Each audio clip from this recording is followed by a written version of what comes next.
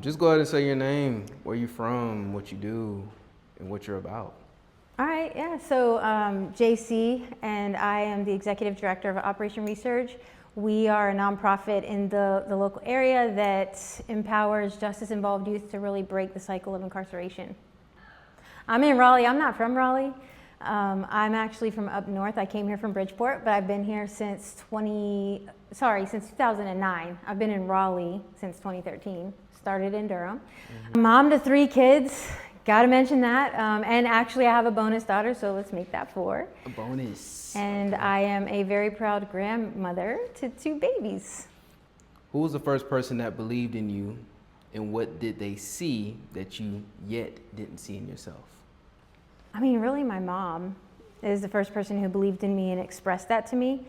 So she was really good at knowing people individually, really seeing what your strengths are and calling them out. And, she saw compassion in me. She thought that I loved people very well. And she started from a young age guarding me with that gift and telling me, trying to explain to me that, you need to be careful with that. You need to, you can love people. You don't need to be them. You don't need to go, necessarily always go into their space, but you can love them and help them. And stay who you are, basically. And that's really been helpful and beneficial as I've moved into this space, what I'm doing now. So since we're on the topic of advice, what's some bad advice that you were given growing up that you now have to correct since you are, wiser? Honestly, I have had, in my young adult years, I've had scripture interpreted to me in ways that was confusing. And I've had, and I love Jesus. My faith is everything to me, and that really drives my compassion. Knowing that, my intent is to live for the Lord, that was very hard for me, because trying to understand man's rules and things like that, instead of just straight scripture and what God is speaking to me. And so I have had to spend a lot of time going back and really reading the word for myself and trying to understand what the Lord was speaking to me,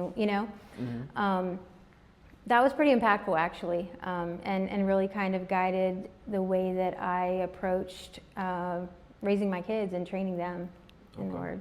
What impact do you want to leave behind? Like, just for me as example, when I die, I don't even want to have a tombstone. I want to be able to have my work speak for itself and it to continue while I'm gone. So what legacy do you want to leave behind, even if people may never know who you are? I want to leave a legacy of love. I think that's the best thing that we can do for people, and we kind of bring that into Operation Resurge, where we really focus on the one.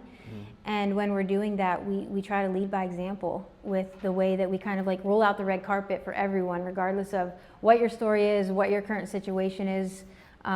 We roll out the red carpet, meaning like we give you the best we have, and we treat you like you're everything that matters, because you do. So like you'll leave the 99 for the one. Like one of my favorite stories. Yeah. And you mentioned tombstone. I actually wrote a letter to go with my will one time, and people that are close to me were kind of offended by it. And I didn't want my name on the tombstone. I wanted to have a verse on the tombstone. What verse did you? I know, on the spot, because it's Romans 8. Okay. 28, but it's talking about nothing can separate us from the love of God, neither death nor life, nor principalities nor powers, because that is what has carried me through life, knowing that and believing it. I trust it 100%. So.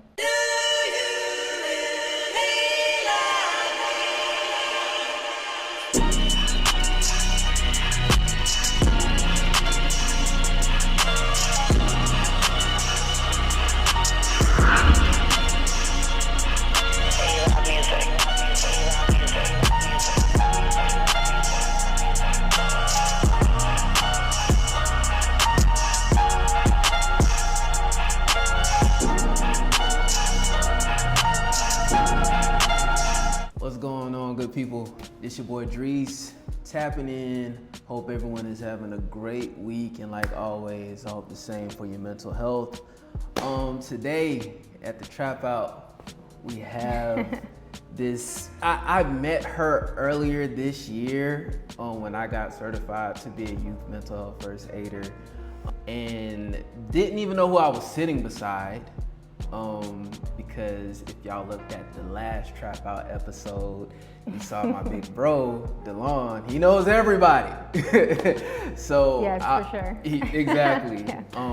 And I was sitting beside her at the table, and throughout the session, getting to know her and getting to know what she's about, what she stands for, and why she does what she does, I had to bring her on, because this is about, giving a platform, a space for organizations that are about mental health, that are about, when it comes to justice and making sure that the community, humanity is taken care of.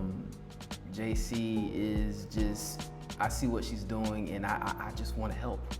I just want to be able to add that extra push, support, whatever it is. And she has her nonprofit, right? Mm-hmm. Operation Resurge. We're about to get into it. But everyone, please welcome JC. Thank How you. are you? Good. JC, tell me about how Operation Resurge got started.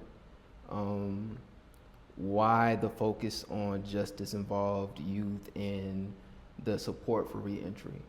Operation Resurge really comes from my own personal experience walking through the justice system with my own loved one, in their teenage years. And I think a lot of good things that are driven by passion are born from pain, and that was a really painful time, a really painful couple of years. I think the greatest source of pain, one of them that I've ever known in my life, was the separation from my own child, and it's out of my control.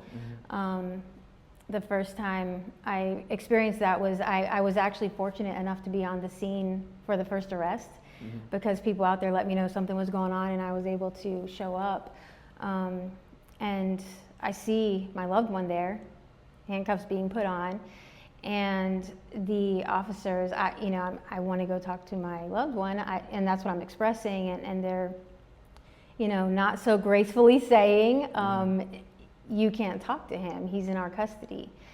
And I just couldn't my mind wasn't really connecting what they were saying, because it's like 10 minutes ago I could have called him and talked to him. An hour ago I could have gone into his room and checked on him. And all of a sudden there's this invisible barrier, and I can't cross it. And it was very difficult for me to digest in that moment. Fast forward a little while later, when he actually was incarcerated, it was a whole nother level of that pain. And especially then, because it was during COVID, and so there were no visits. When you went into a facility during COVID, you had to do quarantine, of course. And that was I want to say 10 to 14 days of 23-and-1. So that means you're locked down for 23 hours, out for one. And so communicating with loved ones was very difficult. And I had no control. For the first time in my life, I had no control over my child. And that type of pain, I think if you hear it and you've never experienced it, it's easy to just kind of she's being dramatic, or it can't be that bad. But if you've gone through it, you never forget it, and so it's just that, and all of the other challenges. It's once you have visibility into that, it's kind of hard to turn your back on it. And so I think it developed a sense of responsibility in me. I don't want others to go through that. I don't want them to have to feel that. And if they do have to go through it, I want to try to help them have the resources I didn't have at that time. So. Okay, so when we talk about resources, right? Did you have to do the footwork on your own, or did anyone offer to help? Because I know from just based off of stories of people that had to deal with the justice system, they give a lot of people the runaround, or they will give them just base information but no details. So what did you have to do? Yeah, I did. So the first situation, my loved one was a juvenile, with adult charges, and so we missed all of the opportunities. There are programs in place for if you go through juvenile court to try to help. We didn't have access to any of those. I didn't even know they existed at the time.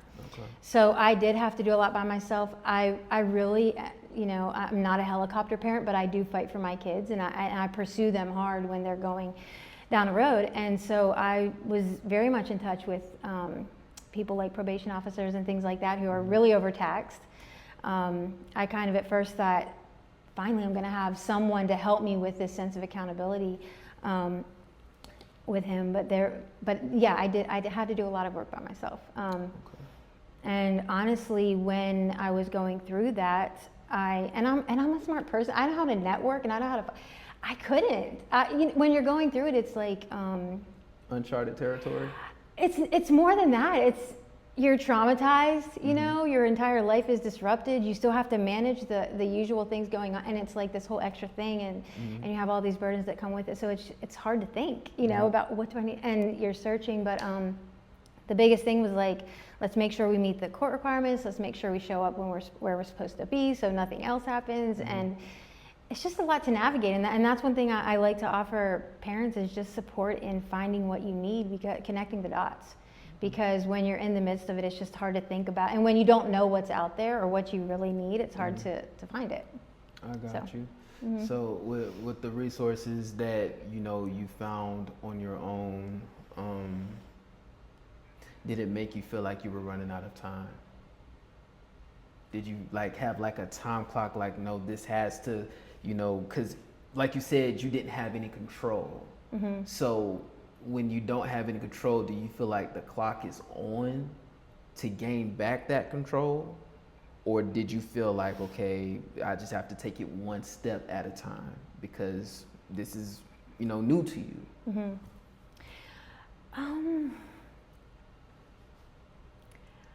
I think you just, for me, and I think a lot of people, when you find yourself in that situation, you're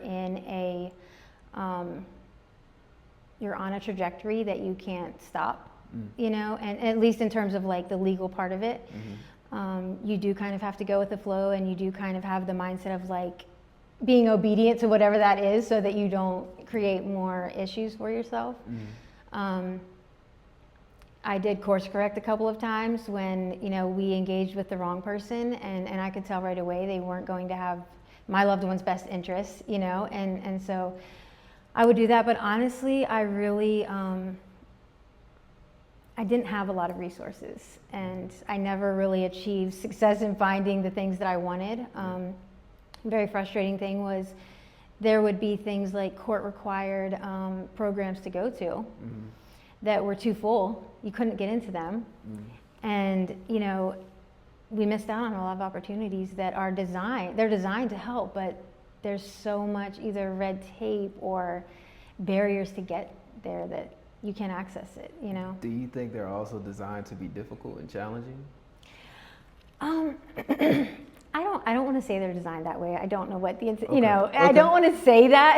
I need to partner with everybody out here, and I'm not trying to make enemies, but I think I think some things could be easier, and I do know that one thing that we are very adamant about with Operation Resurge is making not having any red tape, just making things as easy as possible, even in partnerships that we're working on in the community. As little documentation, we have proper documentation, but as little of the red tape that you have to go through to create more time before someone can get to you, to create more expense before someone can get to you. We are very intentional about trying to reduce that. Got you. Yeah. Right, so we're the main thing that I'm hearing about Operation Resurge is love. Love and being there every step of the way. And that's where the support comes in for reentry. What advice would you give to someone who is just now having to deal with the system, and what can they expect? What can they also do in the meantime? Because like you said, it's really a waiting game. And you don't really have that much control at all. So what can they expect and what can they do in the meantime while things are pending? What can they look ahead to, to better prepare?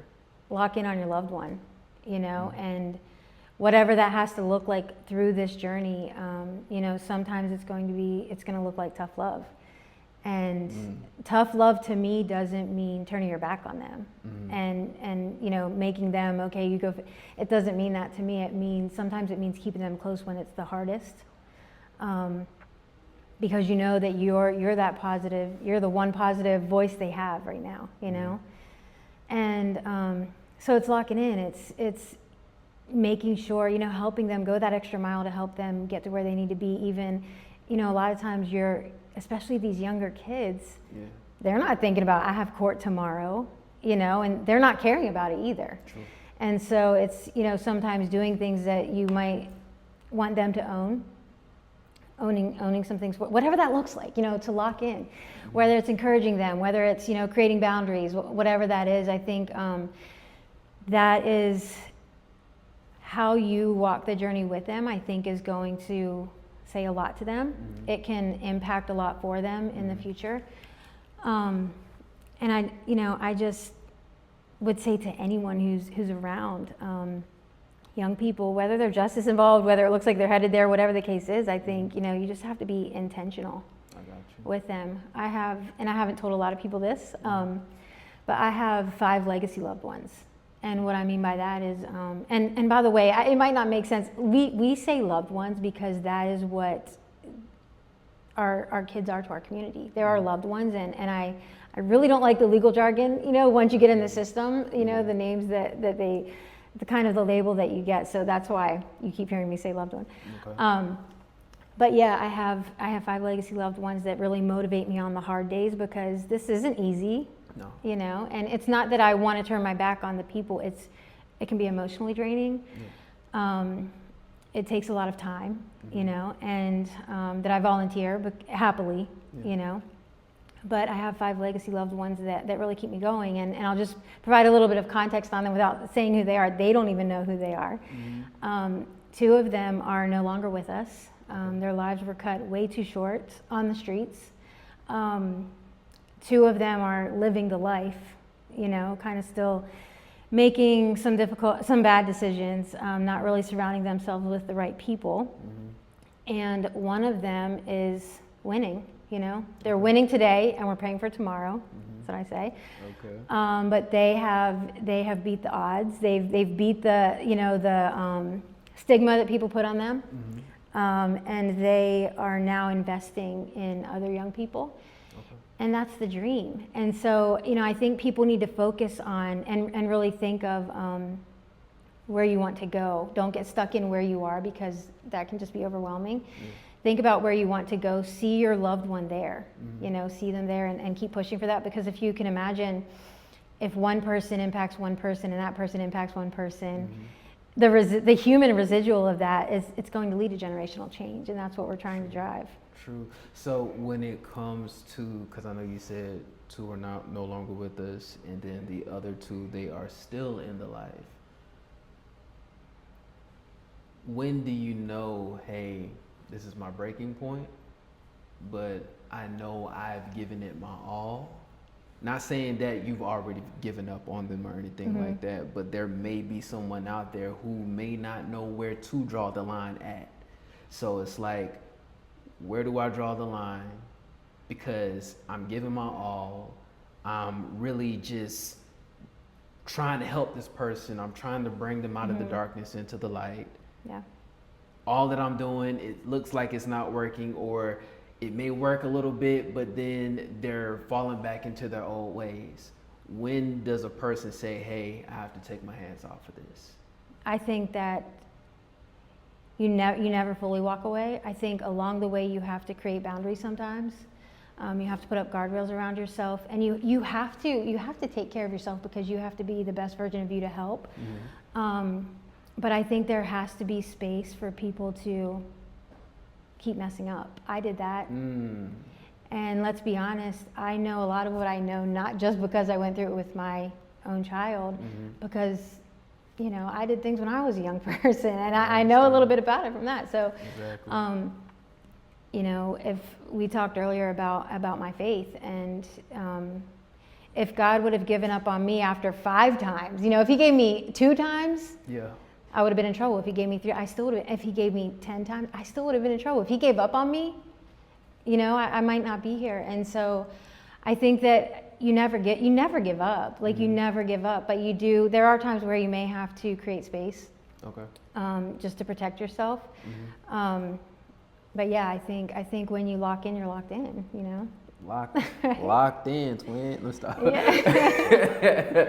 I get you. Yeah. So, okay. We are really big on love when it comes to Operation Resurge. Yeah. And from what I'm hearing, it's more just you're following the character of Christ because he did not give up on us. Yeah. So why would you give up on his people? Because to love God is to love his people. Yeah. And I understand that. Okay. Got something for you though. Yay! Let's see. Got you. And you always deliver in style. I Your do? Trap conscious bags. Ooh, Yay. So nice. This right here, Nice. Wow. it represents not just style. Trap conscious is a lifestyle. It's not a trend. I know we make these look all fashionable and stuff, but Yeah. the Trap Conscious Mental Health Club, this is just like how you are, you know, Operation Resurge is pushing love. This is also pushing love. This is pushing love, pushing support, whoever may be dealing with mental health crisis or whoever may be, you know, starting on their journey, you know, having to go through the system. Yeah. This is another way to help support. I've told this story before, and this guy was looking for something to show support for his son who was dealing with mental health crisis, who was actually going to admit himself. Wow. And he saw, not the hoodie, but he saw one of my shirts, and it was actually this shirt. But he saw the shirt and was just like, I want that, because I've been looking for ways to let my son know that I'm there for him, I'm supporting him, I'm with him on this journey. That's amazing. So this right here, of course, you know, dress it up, do what you do. Yep. But hey, when you put this on, you're not just showing support for people, you're also showing support for your own mental health too. So this is for you. I love it. Thank you so much. And I love how you said it's a lifestyle, because that's 100% what we do. You know, the Operation Resurge isn't even my day job. I have a whole career. It feels like it, because But it's like, it's 24/7, you know, but it's a lifestyle, you know, and you can't turn off. You talked about, like, we demonstrate a lot of love. You can't turn that off, you know, so I love that. I think we're on the same page. All right. So let the people know out there, my Trap Out fam, let them know how to get in contact with Operation Resurge and keep up to date with what you guys got going on and the resources that you can provide to them if they have a loved one, you know, experiencing the same thing that you have experienced. Okay, yeah. We are at www.operationresurge.com.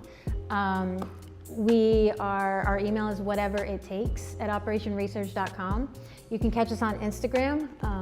We're kind of new kids on the block, but we are really trying to leverage that platform to, you know, what's the word? Humanize, kind of, you know, humanize our loved ones who are in this space.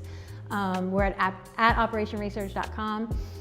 Ways that you can support. We are always building a bench of good mentors. We're always looking for community partners that we have a strategic partner with for community service. If you have ideas where you want to jump in and help, feel free to reach out. We would love to hear from you. Thank you so much. That is no problem. Thank you. Appreciate you. When trapped in, you trap out. Trap conscious, out. Whatever. Yes. Here you go. Thank wanna you. put it back in the bag? I love it. It's Thank you, heavy thank too. you. Yeah, it's a heavyweight. So Nice. of course, like I deal with the whole anxiety thing and, you know, the weighted blanket. Oh, So it's yeah. like having a weighted blanket that you wear. Wow, I love that.